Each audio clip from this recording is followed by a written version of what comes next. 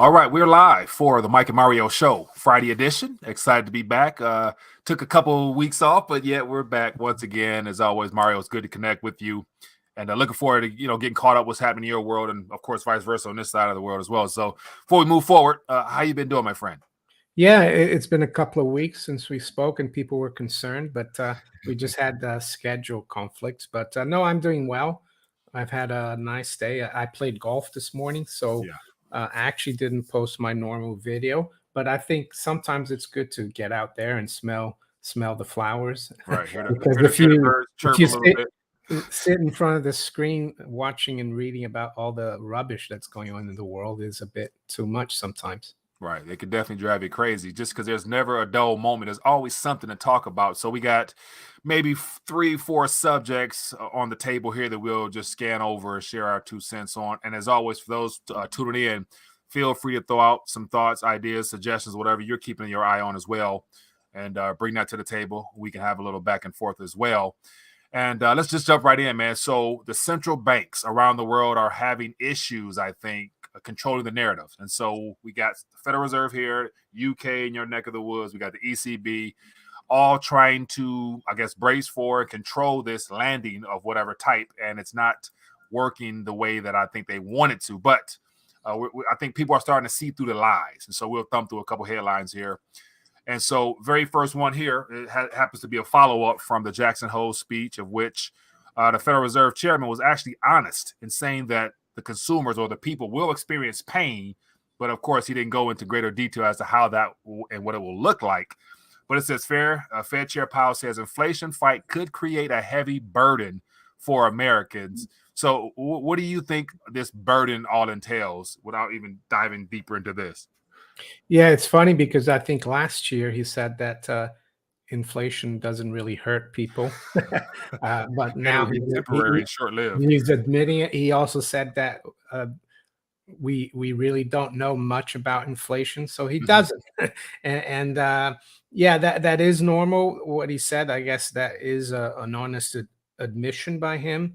Yeah. And inflation usually helps the wealthy who have assets and who have access to the credit spigot Yeah. from the central bank. But people on the fringes, people that are not as well off, they suffer. Yeah. And you spoke about as well, I think, before we came on, about the fact that there will be a lot of job losses probably because of inflation. And I think someone mentioned during my live stream earlier today that Powell said that one way to bring down inflation is to create unemployment or something like to that effect. Yeah. And I said that a lot of the jobs that have been created in the last 2.5 years or so, or 3 years, with all the easy credit, they're not real productive jobs. They're jobs more to do with spending and discretionary spending, like luxuries, holidays, restaurants, and how can I say?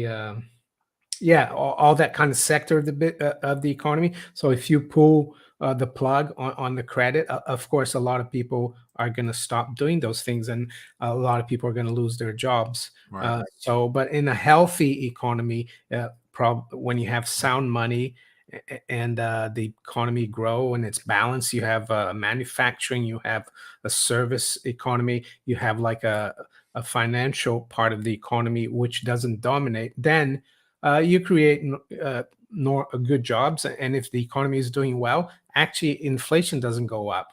Right. So it's all kind of screwed up. Right. But I think he's right that people are going to suffer.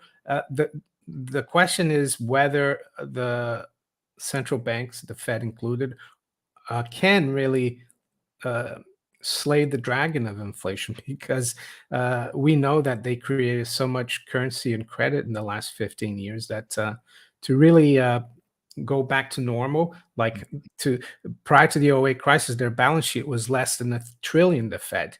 Right. Can you imagine they try to go back to $1 trillion balance sheet from $9 trillion? It's going to decimate everything. So I think, like you said, he's just trying to talk tough. Right. And I think a lot of it has to do with just tight monetary conditions. Like literally right now, by them no longer outright supporting the economy. And even I'll share this from Mish Talk about the quantitative easing. What little has taken place is very minuscule in nature. But one thing I did notice is Quantitative tightening. yeah. I'm sorry. You said quantitative easing. It's I'm the sorry. Yeah. I'm sorry. I meant tightening. Yeah. And so even with the minuscule changes that have taken place over the last couple of weeks, for whatever it's worth, the mortgage-backed security side of things have actually increased. And so they're still supporting the housing sector on top of that's just one particular area. But overall, the entire economy is based upon consumption, and they're not consuming the way they used to. And so we're already experiencing the beginnings of what will become a major problem down the line as far as this heavy pain that they're referring to, just because confidence is no longer there overall. So it's interesting to see how they're talking the talk and they're trying to walk it, but in doing so will cause pain in of itself, just because no easy credit, no economy, and that's basically what it boils down to. So I still think, though, if you look at the data, I haven't looked at it in a while, but a few weeks ago, someone showed that consumer credit is still growing. So people are still borrowing, probably because they have to borrow to buy basic necessities. Now, it's not like the borrowing to like go on holidays and stuff that people used to do during the housing boom. So, but yeah. Right. So, and that's a great point. So, as of right now, let me see. I noticed that there's been more credit cards taken out over the last couple of months, or I think within this year, than all times. But yet, the people are using them for mere survival, rather, like for basically making up the differences in the lack of income that they no longer have. So, literally, it's just piling on more debt, which is not a productive productive whatsoever. So. That's a sign of a lot of pain. I saw one of the mortgage providers was it I don't know, Wells Fargo or someone. They're offering zero down mortgages to minorities. Correct. I talked about that. So it's a pilot program, and they're doing it in a lot of the Detroit, Charlotte, and Atlanta, and a lot of other serious areas where it's heavily concentrated amongst Hispanic as well as the Black communities. And so they're trying to basically give people an incentive to get into these housings. And I was talking about here in Detroit how, if you're actually talking about the city of Detroit, majority of those areas are not places where you would want to take out debt, or live or try to raise a family, just because the city's been hollowed out. So more people have gone to the suburban areas than actually the city, just because of safety and everything else. The cities have been hollowed out. There's more abandoned buildings along the streets of what used to be major retail hubs. It's gone. Like it's sad to go through areas where I grew up at and see vacant buildings. And these are all Democrat run. Correct. And it's just amazing to see how they're now trying to incentivize people by saying, that we won't check your credit score, no down payment, no this, no this. Long as you have paid your cell phone bill, you've been on time with your rent, and your car note is up to snuff, we'll give you a mortgage, and there's no minimum or no maximum according to what I saw. So imagine, people, it's only natural to want to take on more than you actually can afford to pay just because it's available. So yeah, man, it's crazy, but it's predatory lending in a sense. Yeah, and a lot of the people that they're gonna focus on to provide these mortgages, they won't know. They will think it's a good deal. Oh, I'll be able to buy this big house because they haven't been taught about these things. I would say I'm not trying to be. I'm just saying, they probably don't have the best education in financial affairs. So, like you said, it's predatory, and I think it's wrong because it happened from in the early 2000s when you had the housing boom. People lap dancers were buying 5 properties. Do you remember that? That woman from The Big Short. The guy was talking to her about her mortgage, and then he said, "So, how much do you pay for your house?" And said, "No, I have 5." So it's crazy. Oh my god! And on top of that, just talking, just the debt market itself. Here's a little headline here. talking about the Treasury yields and mortgage rates are rising, and so not only are they trying to give people debt, but they're ain't no telling what the actual rates will be because the qualifications are completely different than normal times. So they're not going according to your credit and things like that. So I'd imagine the mortgage rates for those properties that they'll be trying to get people in are going to be higher than normal, I assume. And Mm. so I think the average as of now has gotten back up to the 6% ish realm. And so when you see this graph here with this detailed information here, 2-year Treasury yield and a 30 mortgage rate going up, what comes to mind for you? Well, that previous headline said that yields went up because the Fed's going to be tough on inflation. But Mm-hmm. if they were really tough on inflation, the longer term yields actually would probably not be going up that much because bond investors would have confidence and they would say, "Oh, the Fed is being tough on inflation, so we don't have to sell these bonds." Yeah. So I actually think that headline is a little bit erroneous. Right. Yeah, and Treasury yields have risen from under 3% a few weeks ago to now almost 3.3. I think we're at 3.25 right now. We've come off a little bit today after the jobs data. The jobs data were in line, but there's a drop from the previous month from 520,000 to about 315. The unemployment rate went up. So maybe the markets are today they've bought back some treasuries, but yeah, and the treasury yields, they're the benchmark for all other kinds of securitized loans like mortgage-backed securities. So it's reflected even more on those securities. So you have yields go up, and that means that it becomes more expensive to afford to buy a home. And the same thing's happening here in the UK. Yeah, so here's a headline. U.S. hiring slows but remains strong as economy adds 315,000 jobs. So, Well, these are hypothetical jobs because this is a survey done by the BLS. You know, they call a few companies around the country, and then they they project. You know, they make estimates. all right. So I don't really think it created that many jobs, but And then it says here the unemployment rate rising to 3.7%. So the fact that the unemployment has gone up, it still says it remains strong overall. It's like, come on now, like you can wow. sell anything nowadays, and people The don't. other thing is, while that 3.7%, it looks low, but so many people have given up looking for a job. They haven't, They're so not even counted. they don't count. Yeah. Right. They're no longer qualified to be counted because they're out of the market. They just gave Yeah. up on looking. And I So, think I saw recently, last month or the month before, that a lot of people now they need to have two jobs. So so if one person has two or three jobs, that counts as three. Uh, you know, 315,003. yeah. So that's not a good sign that people have to have more than one job. Right. I do agree. Now let's continue on. I want to bring up that the ECB, and so this is a very detailed article here, but it looks like they're having problems servicing the Italian crises is unfolding, and they're talking about the special vehicle they created to address that is no longer plausible, so they might be dialing back from that. Therefore, they could have an Italian debt crisis similar to like they did a decade plus. But then again, one thing I noticed in this article here is talking about the ECB in reference to purchasing power of currencies, and they're talking about it's their responsibility to make sure that people still have confidence in the purchasing power of the Yeah, currencies.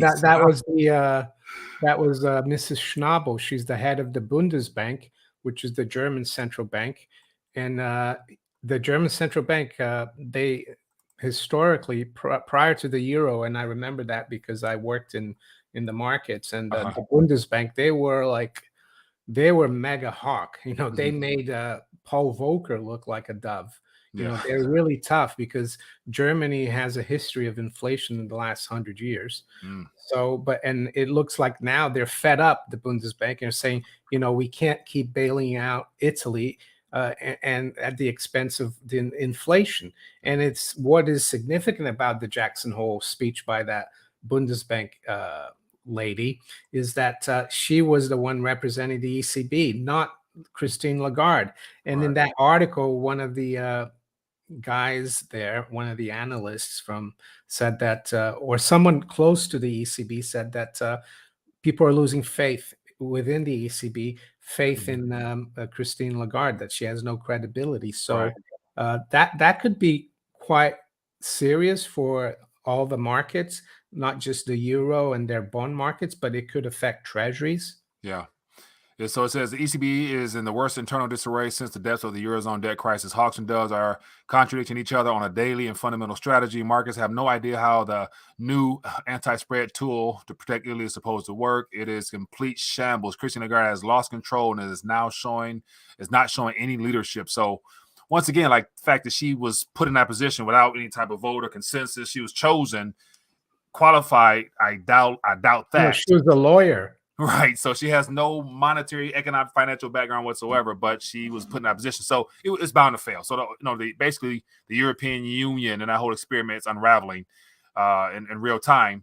Not only mentioned the concerns with the currency there, but then also I saw something about the in UK, the British pound also. I heard about it approaching parity with the dollar as well. So that definitely has some ramifications. But let's touch on a little bit on what's happening in the UK, man. I touched on the energy crises and things like that, and seeing a lot of bills and stuff that just looks very unpleasant, man. But are you experiencing it in your neck of the woods directly, as far as stuff closing down, people complaining about bills and stuff like that?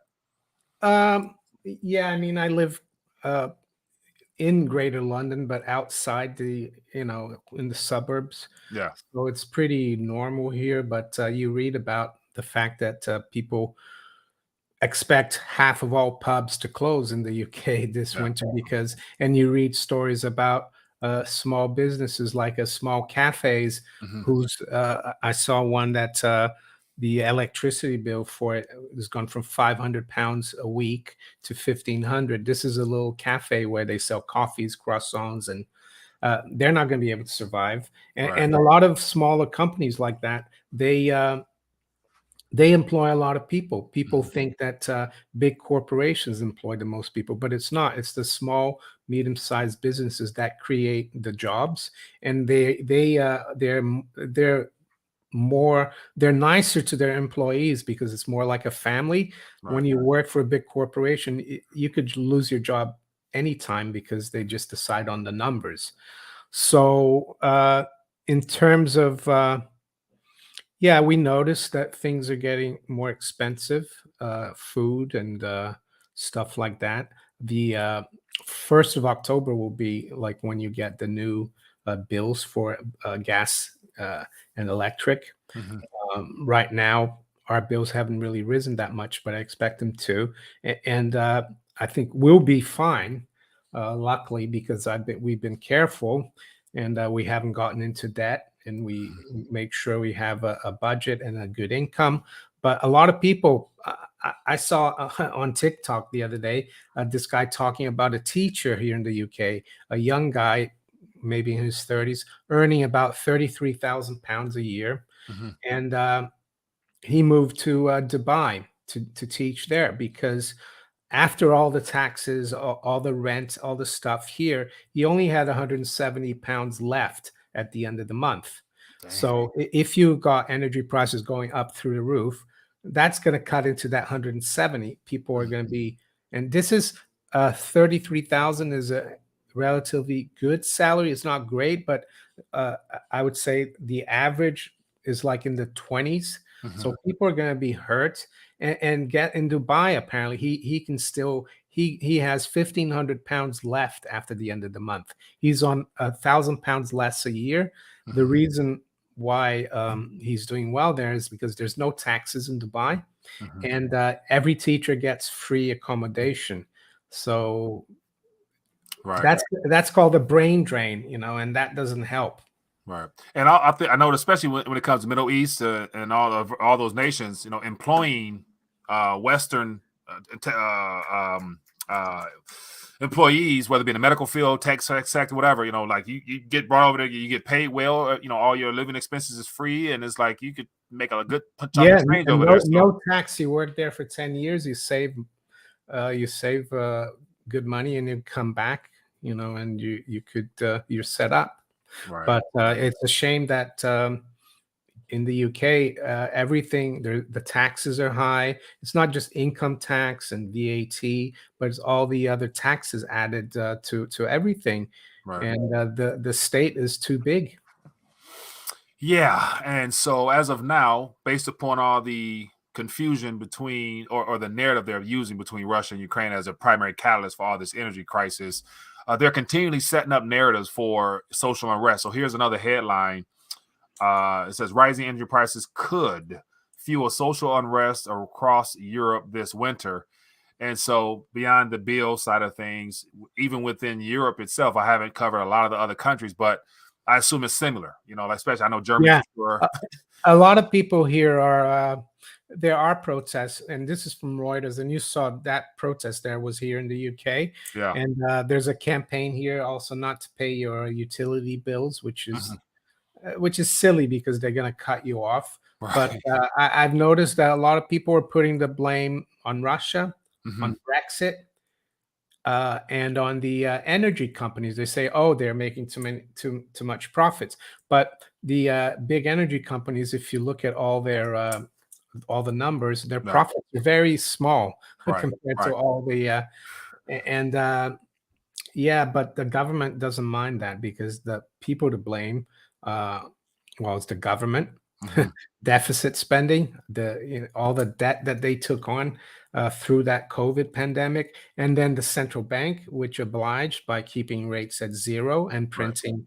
We printed here, I think, 600 billion, Yeah. sorry, Yeah. pounds, which at the time was almost like a $1 trillion, Hmm. which is huge for an economy that is just over 2 trillion pounds GDP. Hmm. I mean, you are going to get the currency is going to fall through the floor, Yeah. but people don't understand that, and they believe everything they hear on Oh, the BBC or that they read in the Daily Mail right. or the Sun newspaper. Yeah, here and so in this headline here, one thing that stood out to me about social unrest this winter.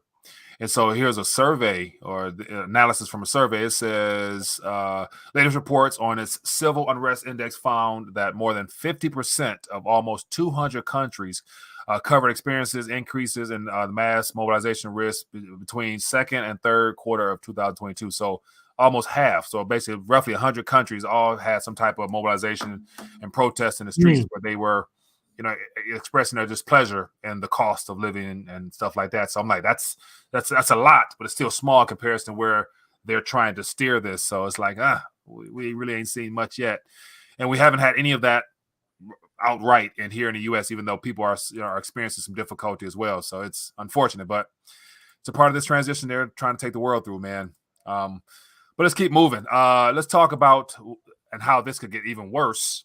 And I touched on this a little bit last night, but they're meeting today, the G7 nations, to, I guess, further this Russian oil cap. And they basically said that if you do that, we're cutting you off, period, from Russian energy, which will cause more pain. And so it's like they're deliberately trying to do this, and they're disguising it as like it's going to be helpful. It's going to keep inflation low, and like how they try to sell it is comical, but not surprising whatsoever, man. Well, I think the G7 and NATO by now they've shot both their feet off Yeah. everyone. Now they're starting to shoot their legs off by doing this kind of stuff. All this is going to do, the Russians said, we're not going to sell oil Mhm. to anyone who caps our price. It's going to lead to higher prices. I Mhm. think crude oil is up today. Let's have a look. Let me check here. Yeah, it's going to increase oil prices, and the Russians are just going to find someone else to sell to. So Yeah. crude is up over 2%. So not surprising. Yeah, it looks like they are on a mission to just, and that's why sometimes people think it's done by design, just a mission to bring down the West Yeah. so that they can try to offer us the Great Reset. That's what it feels like.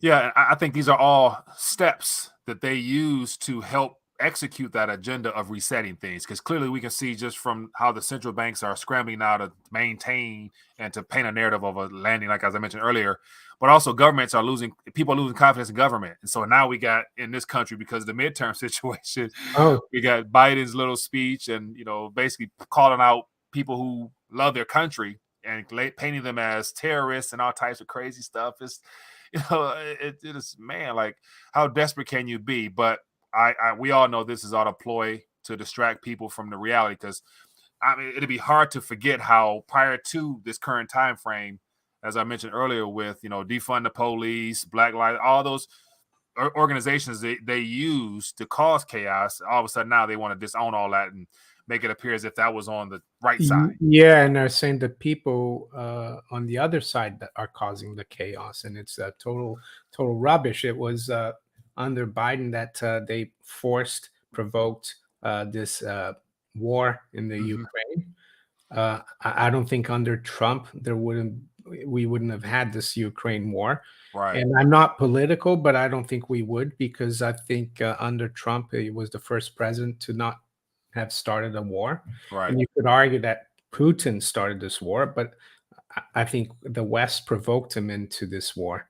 Right. And on top of that, based upon all the alternative information that comes out about some of the primary targets up front as to what Russia was focusing on, it happened to line up with a lot of Western controlled facilities and things of that nature. So it looked like literally Putin was protecting his own country's interests initially by alleviating some of the Western puppet projects that they had in play over there. And by now, I think even the Pentagon came out and mentioned that they had some testing facilities for all types of things over there. I'm like, well, why would you be doing that type of stuff on their border unless you're trying to piss them off? And they decided to respond. So, on top of all types of other things out there. But yeah, man, interesting times we're in. Let's open up and get some questions if you want to. We got a couple articles here, but we can just get some questions. Feel free to throw out some ideas or thoughts, whatever else you guys are keeping an eye on in the chat, and we'll jump on it. Let me change my coloring here. And Mario, as always, if you see something, definitely. Yeah, I'm looking for questions. I haven't seen any yet. Oh, yeah. So beyond that, I was looking at the price of metals the other day, or paying attention just for sheer entertainment, just to see what they're trying to do. And I put up a chart. Where's this chart? I'll put it up here. So this is silver over the last 2 years since the great lockdown lows, as I call them. And to see that yesterday we got to 1770 or something. Now we're up to 1816. But just seeing how much of a concerted effort it was to make sure that they didn't break beyond this 2868, and they've been working hard. Oh yeah, and I think it was in the first quarter of this year. I think it was the Office of Controller of the Currency. The amount of notional precious metals derivatives by the big banks, it went up. It's like a hockey stick increase, because they want to keep gold and silver down from breaking 2,000 and maybe even 30 for silver. Yeah. So they're going to run out of ammo though, because people are continuing to buy physical. I see that premiums for in the US are still really high for silver. Not junk. I mean, generic silver is $6 or $7. Eagles is the Eagles 70, like 40. I mean, that's huge. 70, 80%. Yeah. It reminds me of 08, 2008, when the market went down. You can really get almost any physical, and it was like 100% premium. So I think we're close to bottoming in gold and silver. I don't know when, but it's. And based upon the comment you mentioned about the amount of the paper derivatives that were created that look like a hockey stick, I assume that since that's tolerable, they can probably keep that on for some time until something breaks. You know what I'm saying? And I think they've been covering those shorts because they're mostly short positions. Yeah. So I think there's a question here from me. It says, do you guys think the debt bubble will explode soon? Would you keep cash on hand? I was talking about this last night, and I personally, just based upon how far we've gotten to this point, and they've been able to hold things down when it comes to the Federal Reserve note. Because the world still needs dollars for the most part, and they're still dependent upon them. I think cash still has definitely has utility because most people don't know what's the problem. I think it's good to have some cash out of the system as well, cash at home, because you never know. They could close the banking system. And that, They could block you as well if they don't like you, like they did with the truckers in Canada. And I heard from one of my viewers that his brokerage account was frozen for no reason. right. So you have to be careful. So yeah, it's good to maybe have some cash on hand. Whether there will, I think there could be a problem in the bond and debt market because yields are rising quite sharply. They're still under control, but they could very easily lose control, and it could happen soon. Right. The probability of a banking event is extremely high, and it's getting even higher by the day, in my opinion. So let me see here. I don't want to butcher that name, and I think that is the Norwegian krona, if I'm not mistaken. Am I Yeah. correct? Okay, Yeah. so I'm thinking of buying a house, 700,000 Norwegian krona, about 70,000 USD. I have enough gold and silver to cash it out, or should I borrow the money?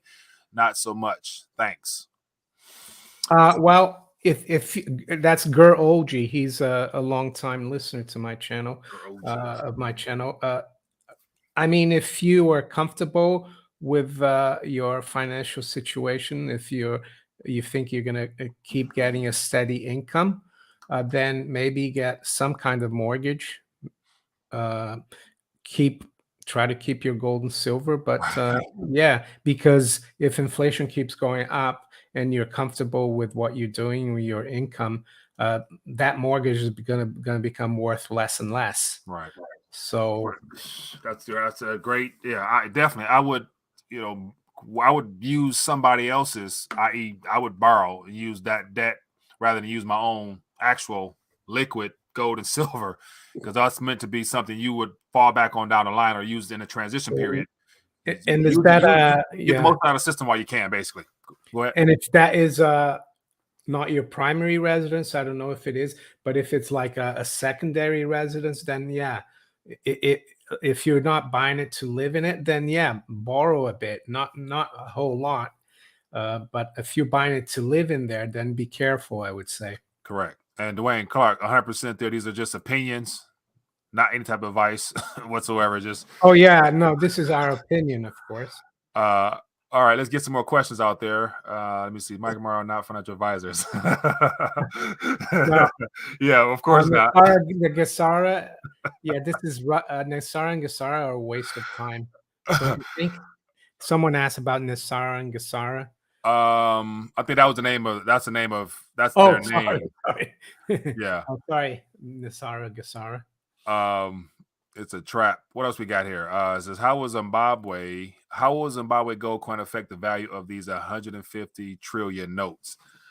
Not at all. What I've read about the Zimbabwe coins, yeah, that it's trying to basically get people from being too dependent on the US dollar. So they're trying to give people maybe like an option.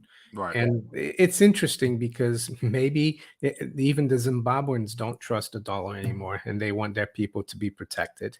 Right. And I would hope, I would like to believe that. And I have, and it could definitely will be true. But as of now, I think there's only been 4,500 coins minted, and they're talking about doing lower denominations, which is great. And my thesis is until the average Joe can actually go to their bank and buy a $5 incremented gold something, then those coins only serve the people who have money. In Zimbabwe, that's the other thing I heard. I saw a headline about that as well, saying that it's to favor the cronies of the government, these coins. So you never really know. Right.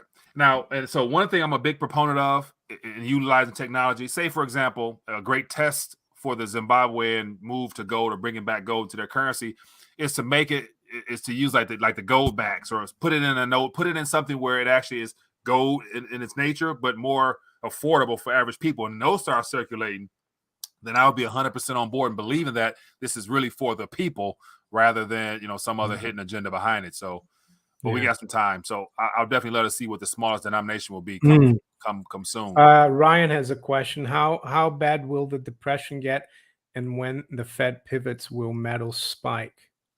Well, I don't even think that the Fed needs to pivot for metals to go up, even though a lot of people think it does, because if you look at in the 70s, like from 1977 to 1980, the Fed was raising rates and gold and silver were going up. So yeah, people think that higher rates are bad for gold and silver, but if you look at the 1970s, I think rates were around 4 or 5% in the beginning of the 70s. Gold was at 35 an ounce. Silver was a $1.29 or something. And then by the end of the decade, we were at double-digit interest rates, and gold was at 850 and silver was at 50. So yeah, as for the depression, yeah, I think it will be bad because there's no way out of this inflation policy that we've had for 50 years, and it's either going to be hyperinflation or a collapse, deflationary collapse, I think. Yeah, and that's what's interesting about this current environment is that with the use of technology and the intentional purpose of having CBDCs come about at this particular time, to me, this was always a part of the plan to where I think it's going to be more of it's going to be a major lifestyle adjustment. And I've always said before, I think the U.S. can literally be downgraded, especially if the reserve status is lost. Therefore, easy credit access is no longer available. What would life be like if you only were able to spend what you had on hand and you were not able to go out and buy and increase your lifestyle tenfold based upon credit? Like, if you had to live within your means on a day-to-day basis, that's not a bad thing. That's not a bad thing at all, but it'd be a shock, a major shock where, you weren't able to upgrade everything annually like you like to do. Yeah, so it'd be different, but I think it's healthy. That'd be definitely a healthy reboot for humanity. But once again, it's a sinister move behind that. So anyway, what else we got here? Are you guys, what is this? Super Seamster says, are you guys being a threat to democracy? Well, the thing is, America is not a democracy; it's a republic. Right, but once again, at this current moment, what even does that mean? Because government has hijacked us, taken over everything to where they control the narrative, and so having elected officials, we're electing people who've already been chosen. So one of the things that really hurt America, I know the the Federal Reserve Act did, but also the fact that senators used to be picked by the state legislatures. So they were not directly elected by the people. So what that did, that kind of divided the power. The House of Representatives, you were elected by the people, but the senators, they're elected by the state legislatures. So that's like that puts a brake on the people a little bit. Yeah. It kind of balances things out, and that's how a republic is supposed to work. People might think that's not democratic, but now it's gone so much the other way, where all votes are bought by big corporations, and it's not really a republic anymore. It's dictatorship. Correct. Well, and not just the U.S., here in the U.K. as well. Right. And I think just the whole democracy narrative is failing because people have lost confidence in elected officials in general. So that's why Biden go out here talk about democracy under threat. And then, of course, they're trying to make it, make America great. People are the reason why. And that video that you shared about, let me pull up right here. That was interesting because the guy who had been interviewed here says that, we have a president who hates half of America, referring to the mega crowd or whatever. And so just talking about basically how he's intentionally selling a divide of our country and making it appear as like people who love the Constitution, love having gun ownership, love having sound money, are people who don't want our country to move forward. Well, he'll probably blame these people for the hyperinflation that's coming. Yeah, 100%. All right. What else? Well, any other questions out there? What we got? Are they moving? Here's something about. I noticed that I think the 20 and 50 pound notes The older is it the older versions are No, being they're taken out not of circulation? removing. They're not removing 20 and 50-pound notes. They're changing the makeup from them. No. They've No? already changed it Yeah. quite a 2-3 years ago, Mhm. and now we have this plastic ones. Polymer paper, yeah. Yeah, but what they're doing now is that if you still have the old one and you've had 2 years or 3 years to get rid of it, then that's not going to be, you have to hand those in to exchange it. But they're not removing the 20 and 50-pound notes that we use. Right. I guess that's a bad thing for people who have done things that are not, above board, and they've kept a lot of cash. But I'm sure they'll find a way to get rid of it.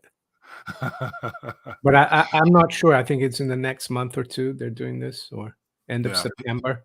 Here is it says, if we have a bubble burst, will the government be able to pay for welfare benefits anymore? What happens to these people in a hyperinflationary situation? No, Yeah, go ahead. well, the welfare state will collapse. If the currency collapses, there will be no welfare state. Right. And those programs, People are going to starve. Say again? Yeah. The food stamps, that will be gone. Right. And I think earlier this week there was a glitch to where a couple hours it went out, and I didn't hear any mainstream stories talking about the backlash from that. But it's good to say a lot of people swiped and nothing went off. When people base their lifestyle and build their lifestyles upon government assistance, it only spells that much more pain if it's taken away or removed or whatever. And those would be the primary candidates for people who will sign up and stand in line to do whatever the government says in order to get their needs met by the government. So the other thing that will happen is pensions are gonna be worthless if there is a hyperinflation. You hear stories about the Weimar hyperinflation. One guy, his father had a life insurance policy and he died, and he had a savings policy or something. And he was supposed to pay for his college education, and by the time it came to pay for college, he said he could only buy a really nice lunch with it. Whew, baby, that's real world experience. So That's why you need to keep stacking. Get your weight up. It says, Mario, do you see $50? Yeah, I got a couple. I love my oldies. I got a couple oldies. I got me some a 1923. Yeah. These are 264s. They're quite good condition. Yeah. Ooh, still shiny. Yeah. It says, Mario, do you see a scenario where the U.S. would default on its debts, or is the plan to use hyperinflation as a means to reduce the debt? Because if they did, rates would be higher. Yeah, countries can default by inflating. So yeah, like Alan Greenspan said that a few years ago in an interview, and other people looked at him like that. We can just print it. Right. Yeah, it won't buy you much, but you need $150 for a coffee. So right. What else we got here? Let me see. U.S. will be the last to collapse. Yeah, I do agree with that one. Money won't buy Operation Warp Speed food boxes. Mario, if it's in a bank, it's not cash, it's digital. Well, a bank actually cash is gold and silver coins.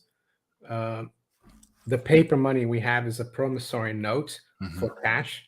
If you want to be really exact, the word for cash is actually wrong that we use today. But anyway, your funds in the bank are not yours. They're like an unsecured loan to the bank legally here in the UK and in the US and in Europe.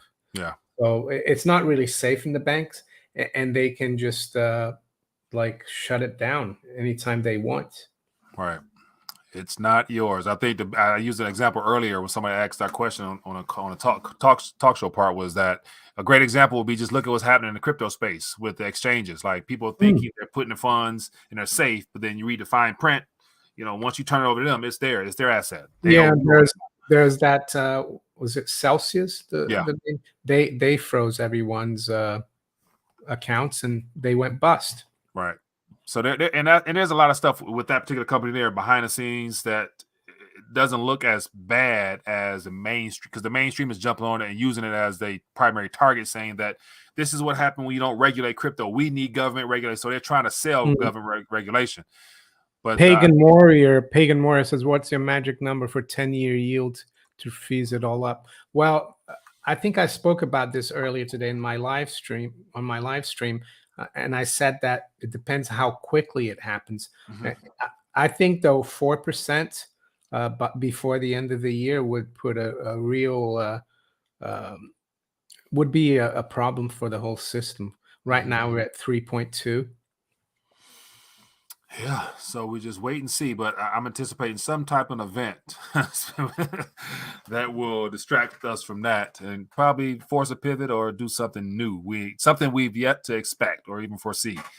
Questions: how do we get a new government without a revolution? Whew, maybe Thomas Jefferson could answer that for you. What did he say? Do you know what he said? No. Sometimes you need to spill the blood of patriots to get rid of tyranny or something like that. So I'm not sure whether you can get a true, and I'm not like pushing people to do this. Right. It's just what he said. Sometimes you can't really get rid of tyranny without a revolution. That's right. It just seems like you think about. But it could be a bloodless revolution, like happened in Eastern Europe in the late 80s when the Soviet Union collapsed. Who knows? I think at this current moment, the system is too big, and what's at stake for the forces at play here is too great to where they're gonna definitely shed. So they're gonna want some blood. It won't be a peaceful, like they lay down and turn over, and the new world order will not be accomplished. And I think a lot of stuff gets to the biblical side of things where it's no turning back. We're moving forward in some direction. Yeah, so like here in Europe, we have all this energy crisis, all this problem, and in the US, you don't have that as much. But I think politically, you have a much bigger problem than we do. You're so divided, and that could be a bad thing too. Yeah, it definitely is, and they're literally using that against us as of right now. Somebody says stop paying taxes. I think that will end up. That's going to end up occurring anyway, because if the system tanks the way that they're trying to bring it down, nobody will have anything to pay on, and that's a part of the whole reset of them basically issuing a whole new currency line, CBDC, and they're going to do direct withdrawal of taxes. That's what their plan is. So they know that people ain't going to be paying taxes real soon, because they're not going to have nothing to pay taxes on the way they're trying to do this. So, but then again, we'll see how that system is when they can withdraw it automatically. How many people will be forced to download that app to use whatever it is they're offering us? And that's the part where we want to get away from. That's why take advantage of the time to get everything you need out of the system so that you're not as dependent upon whatever they roll out when stuff hits the fan. What else? We have about 47 minutes. You ready to dial back, Mario? Yeah, sure. All right. So for those who are plugged in, hopefully you guys got some good value out of this dialogue here. Hit the thumbs up button if you haven't already. Manico64, go check them out if you haven't. And any words of wisdom you want to part with before we head into the beautiful sunny weekend? Yeah, maybe you guys were here in the beginning, and what I said is sometimes you just gotta go out there and smell the flowers, enjoy yourself, because sometimes we can get caught looking at things, reading, and like worrying about things. Yeah, and I think if you're prepared and you know what's happening, that's the important thing. If you know what's happening, it helps you make the right decisions. Everything will be fine, because these kind of events have happened so many times in other countries, and people usually come back. Yes, it's not nice and things won't be the same, but it's not the end of the world. Right. I agree, man. So those are definitely words of wisdom worth parting on. Well, everybody, enjoy your weekend. Be blessed, be safe. Definitely appreciate the remainder of summer as best you can. Enjoy it, because they're setting us up for an extremely cold winter, depending on where you're at. So having some alternatives for energy and things of that nature definitely should be on your radar if you haven't done it already. But anyway, be blessed, be safe. Enjoy your weekend. See you guys later. Peace. Bye.